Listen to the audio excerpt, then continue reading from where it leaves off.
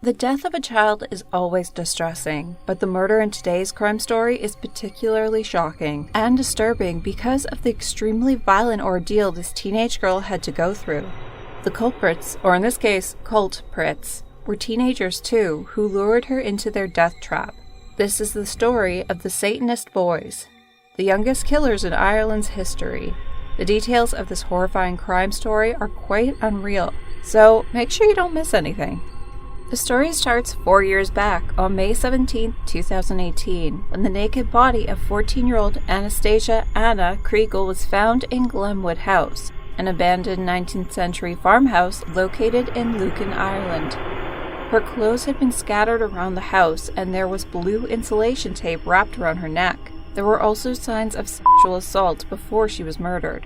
An autopsy concluded that the cause of death was multiple blunt force traumas inflicted by various bloodied objects found inside the house. It was a horrific crime and needed answers as quickly as possible. Anna was born in Russia in 2004 and given up to an orphanage by her birth mother. In 2006, Geraldine and Patrick Kriegel adopted 2-year-old Anna and brought her to live in Ireland. Overall, Anna led a mostly comfortable childhood, though she did experience a few health issues. She had a tumor that left her mostly deaf in her right ear, and she required some corrections to help with her eyesight.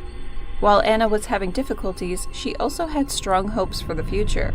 She wanted to go to Paris University, like her father, and get a dog. All she wanted was a good, decent life. Unfortunately, things wouldn't work out as she had hoped.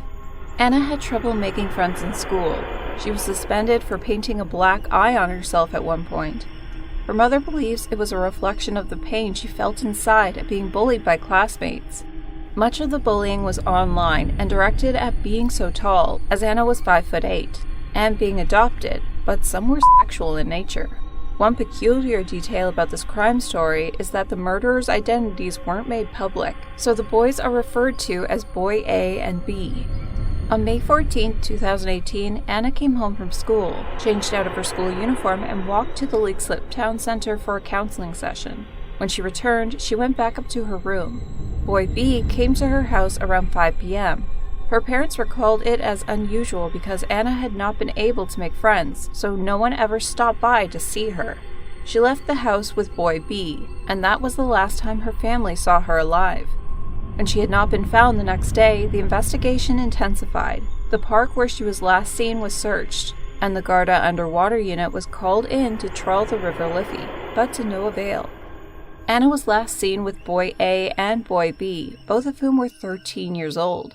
The police spoke to them, and from their initial comments and reactions to her disappearance, the officers knew immediately that something was wrong. Seems like 13-year-old kids can't really fake it after committing a murder. The boys gave conflicting answers to simple questions. When they weren't being evasive, they contradicted each other, and they were spotted exchanging glances as they spoke. The stories they told didn't add up. Something did not fit.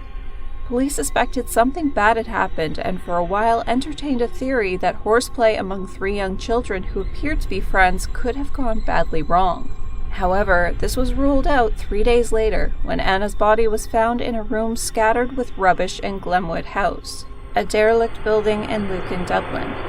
Detectives already had a considerable amount of forensic evidence against Boy B's best friend, Boy A. They knew that Boy B was present when the murder happened, but not how much of a role he played in the attack other than having been the one to lure her to the crime scene.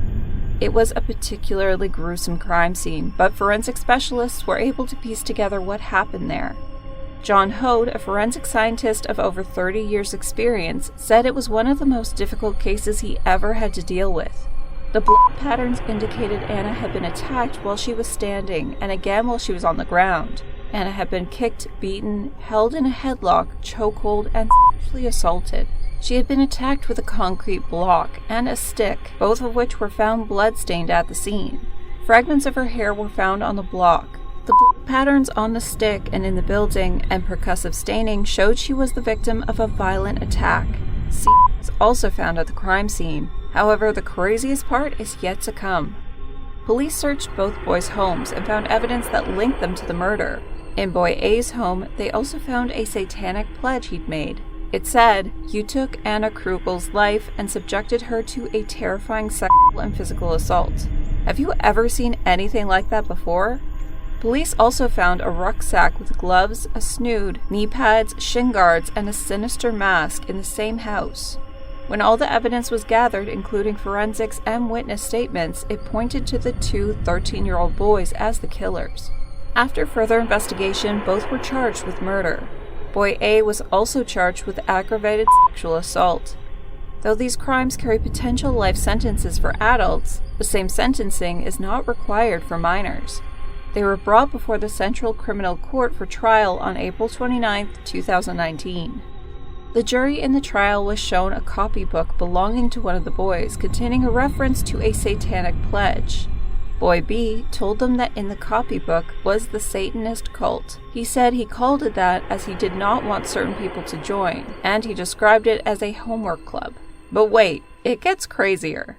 Boy B said they used a point system, and there was a prize for someone with the most points. He said he had cult rules, but they were just for fun and weren't meant to be serious. Pages from the copybook were shown to the jury. The subject was filled in as drawing on the front of the copybook. Prosecuting counsel Brendan Greene said there was a drawing of what was entitled Satanic Pledge. It was described as a drawing of a circle with a star-shaped symbol in the bottom corner of the page. Satanic Pledge was written at the top of the page. On the next pages, there were a number of circles with what looked like 5 pointed stars or 2 triangles upside down. Mr. Greene said the stars might be called a pentagram. On the next page were 7 names, including the names of Boy A and Boy B, and after each name, some sort of symbol. There were also rules written on the page that stated, "Only pledged hosts can give pledges. Don't talk about it. Act normal like nothing happened. No talking about Jesus or God, only Satan." What makes all of this more interesting is the fact that the boys were just 13 years old. On June 18, 2019, both boys were found guilty of murder after a 14-hour deliberation by the jury. Despite the court's best efforts to keep their identities from being disclosed, various posts on social media leaked the identities of the 2 boys. An injunction was issued to force both Twitter and Facebook to remove any such posts identifying the 2 minors. Those who shared the boys' identities were prosecuted. On November 5, 2019, Boy A was sentenced to life in prison with a possibility for review after 12 years for Anna's murder. At that time, he would either be released or get a longer sentence depending on his behavior while incarcerated. He was given an additional 12 years for aggravated sexual assault and placed on the sexual offenders registry. As for Boy B, he was sentenced to only 15 years for his part in Anna's murder. He will be eligible for a review and possible early release in only 8 years. Anna's killers currently remain incarcerated at the Oberstown Detention Center in Dublin. They will be transferred to an adult prison when they turn 18. Many people aren't convinced with the short sentences, and the fact that once the boys are released, they will be offered new identities. That means 2 killers of an innocent 14-year-old girl would be living like normal people. That just doesn't sit well with me. What do you think about this crime story? Do the killers deserve a chance to start fresh as new people? Let us know in the comments. And if you enjoyed the video, don't forget to like it and share it with your friends. Make sure to subscribe to this channel for your regular dose of whodunits. Thanks for watching, and we'll see you in the next one. Until then, stay safe, stay warm, and don't get any crazy ideas.